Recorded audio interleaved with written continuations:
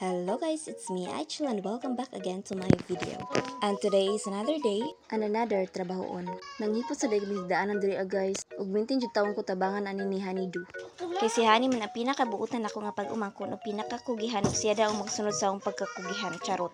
Kwarto dahil nila ni, upat sila diri matuyog dayon nya kada buntag ako gyapon magipusay. Kay wala man ko trabaho, naram ko diri sa bahay, di manghipos jud tano. Dili magyapon daw gansi kay tabangan madagyapon kong Hani. Nalangtang di ko day kurtina kay akong gipantrapuhan ng mga bintana kay hasta kaabog. Matingala na lang ko ani nila kay dali na daw sila ubhon ug sipunon. Lisod sa asta namang abuga din ilang kwarto day. Langhap ang sarap ng abog talaga. Nang laba ko dahil kurtina nila sa ilang bintana. Kaya aron sad mawala ang abog sa ilang curtains. Ug nalingaw jud tawon ko sa akong trabaho day. Kay ngano, naano ko stand mo na siya akong inspirasyon nga limpyo ko karon napo ko ika-vlog. Bitaw isa jud sa rason is gahimo jud ko ani kay aron napo ko remembrance sa akong pag-istambay diri sa balay. Dili lang ni for the charut-charut ha. Ug for the content lang. Ako ga jud isa jud nako sa hilig is mo sing limpyo jud ko. And basic na sa ako ni charot.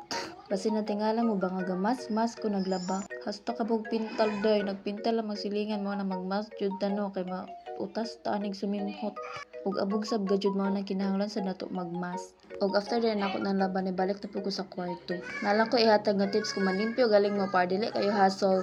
Hinumduman jud nato nga manglimpyo ta is from top to bottom. Gikan sa taas hangtod sa ubos kay ron dili siya hassle na magbalik-balik kag silhig kay hasta di mo hasula. Kay nanilhig ka sa ubos unya namapag na po ka sa taas so dapat jud from top to bottom. Usa na siya ka tips nga nakatunan during my senior high school journey.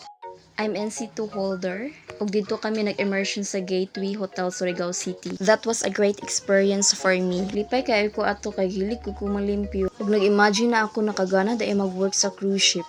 Kasayang lang jud kay wala na nako ma-renew ang akong NC2. It's because kinahanglan nako ng certificate of employment. 5 years siya guys, adisir na expire ug sayang kaayo pero I still have chance to renew man sab kay. Ang iyang competencies is wala man ma-change. Pero basin di in the future. After senior high school magud is ni-proceed ko sa college.